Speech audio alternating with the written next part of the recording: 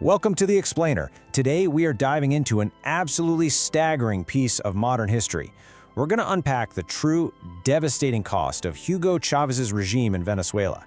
I mean, we're looking at how a nation sitting on some of the largest oil reserves on the entire planet ended up just completely hollowed out from the inside. Okay, let's dive into this. $333 billion. That is a third of $1 trillion. According to estimates drawn from our source material, that's the amount of state money that was either stolen or just outright misplaced during Chavez's time in power. It's honestly an almost incomprehensible amount of wealth, right? Money that was meant for the people that just vanished into the pockets of a deeply corrupt system. Part 1. Rise of a revolutionary. How in the world does a government manage to siphon off that kind of cash? Well, to really understand the sheer scale of the theft, we have to look at how Chavez got the keys to the treasury in the first place. His rise was incredibly fast, and honestly, highly improbable. Back in 1992, he was a disgruntled army commander who led a failed, deadly military coup. That actually landed him in prison, but then just 2 years later, he's pardoned and released. By 1998, he's capitalizing on this intense desperation from the public over a failing economy and years of political corruption, and he runs for election. The irony here? He ran on a strict anti-corruption and poverty relief platform, and he won, officially becoming the 52nd president of Venezuela. Part 2. The oil boom smokescreen. So wait, he ran against corruption but ended up presiding over the loss of a third of $1 trillion? To understand that wild contradiction, we have to look at what we're calling the smokescreen. This is what disguised the regime's actions from the public for years. Early on in his presidency, Chavez started the Bolivarian missions, and it's absolutely crucial we impartially point out that these programs had real objective successes. Extreme poverty actually plummeted from nearly 50% down to below 30%. An incredible 1.5 million adults were taught to read and write, and 300 hospitals were either built from scratch or completely modernized. These metrics represent real progress for everyday people, and honestly, they're exactly why Chavez commanded such intense loyalty and popularity in those early years.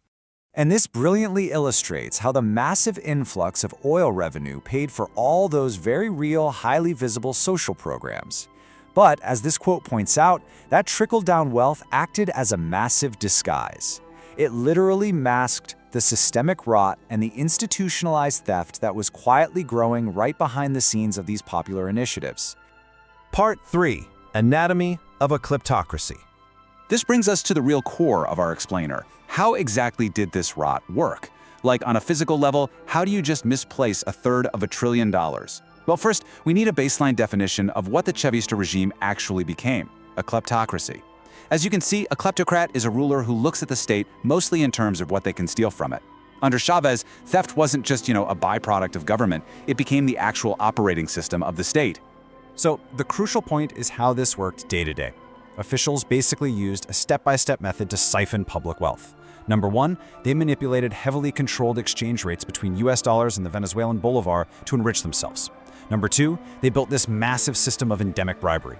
We're talking about extracting huge sums for everything from big state contracts all the way down to selling basic passports for thousands of dollars a pop. And number three, they directly diverted state oil assets. Probably the most bizarre example investigators found was a deal where Chavez supplied $1.4 billion worth of oil to the Belarusian government, and Venezuela never got any official payment. The funds just vanished straight into the pockets of the people at the top. Let's bring that abstract, massive scale of corruption down to a shocking personal detail. While the country as a whole was being drained dry, the people at the very top were getting ridiculously rich. According to reports cited in our sources, by 2015, Chavez's own daughter, Maria, allegedly had more than $4 billion stashed away in foreign bank accounts. Part 4. The catalyst for collapse. Now, what's really interesting about this slide is how fragile it all was. This kind of systemic plundering could only survive if there was enough money flowing in to fund both the massive theft and the public programs keeping citizens happy. The whole house of cards was built on the fragile financial dynamic of high oil prices. In the summer of 2008, oil peaked at over $140 a barrel. But, oil is super volatile. By December of that exact same year, it crashed to $36. Then, a few years later, an OPEC war against the US shale industry basically flooded the market, sending prices plunging down to nearly $30 a barrel in early 2016. Because the economy wasn't diversified at all, this unpredictable market literally pulled the rug out from under the cash flow that was holding the entire corrupt system together. Part 5. The inevitable aftermath. Let's move to and see how this builds. because Chavez actually never lived to see the final collapse of the system he engineered. He passed away from cancer in 2013, leaving his successor, Nicolas Maduro, to oversee the total implosion of the Bolivarian Revolution. The early economic warning signs were definitely there. Inflation had already ticked up to 69% under Chavez back in 2004. But under Maduro? Man, as the oil money dried up, the incredibly corrupt government tried to cover its tracks and calm public anger with a disastrous strategy. They just relentlessly started printing more money. The result was history-making hyperinflation. It ballooned to an absolutely astonishing 2 million% by 2018 and 2019. And this is exactly why this matters. The ultimate tragedy of this hollowing out is the staggering human cost. When a kleptocracy drains a nation, those missing billions translate directly into immense human suffering. Unemployment spiked over 40%, basic necessities completely vanished, with supermarkets literally running out of everyday food. And as a direct consequence of this economic devastation, an estimated 6 to 8 million people were forced to just pack whatever they could carry and flee their homeland. Which leaves us with a profound, really provocative question to ponder, drawn straight from our source material. Was Hugo Chavez a self-serving kleptocrat who just got incredibly lucky with the international oil boom? Or was he fundamentally different in his early ideology from Nicolas Maduro, the man who ultimately oversaw the total devastation of the nation?